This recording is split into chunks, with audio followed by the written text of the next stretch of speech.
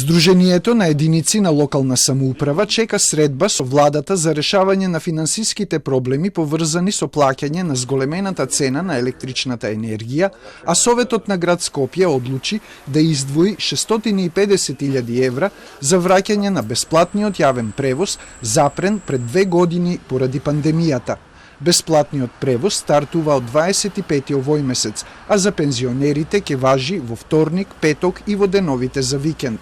Веде директорот на ЈСП Скопје, вели дека така ќе им се излезе во пресред на неколку категории граѓани. Јавното претпријатие ЈСП Скопје и градот Скопје секогаш мисли на своите граѓани и во овие тешки моменти решивме да излеземе барем на одредена група на граѓани да им ги олесниме економските проблеми.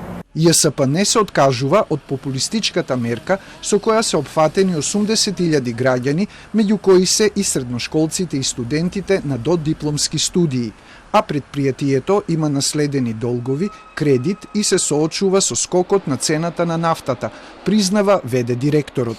Имаме загуба од 200 милиони денари во 2021 година и 300 милиони денари обврски кои што треба да се платат према добавачите.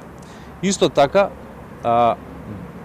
кредитот кој што е обврска на јавното сообраќајно претпријатие према ЕБРД почна да достасува оваа година и веќе првата рата од 50 милиони денари е исплатена во месец јануари према ЕБРД. Споредбено со декември минатата година, трошоците за гориво, односно за нафта, се зголемени за 33%.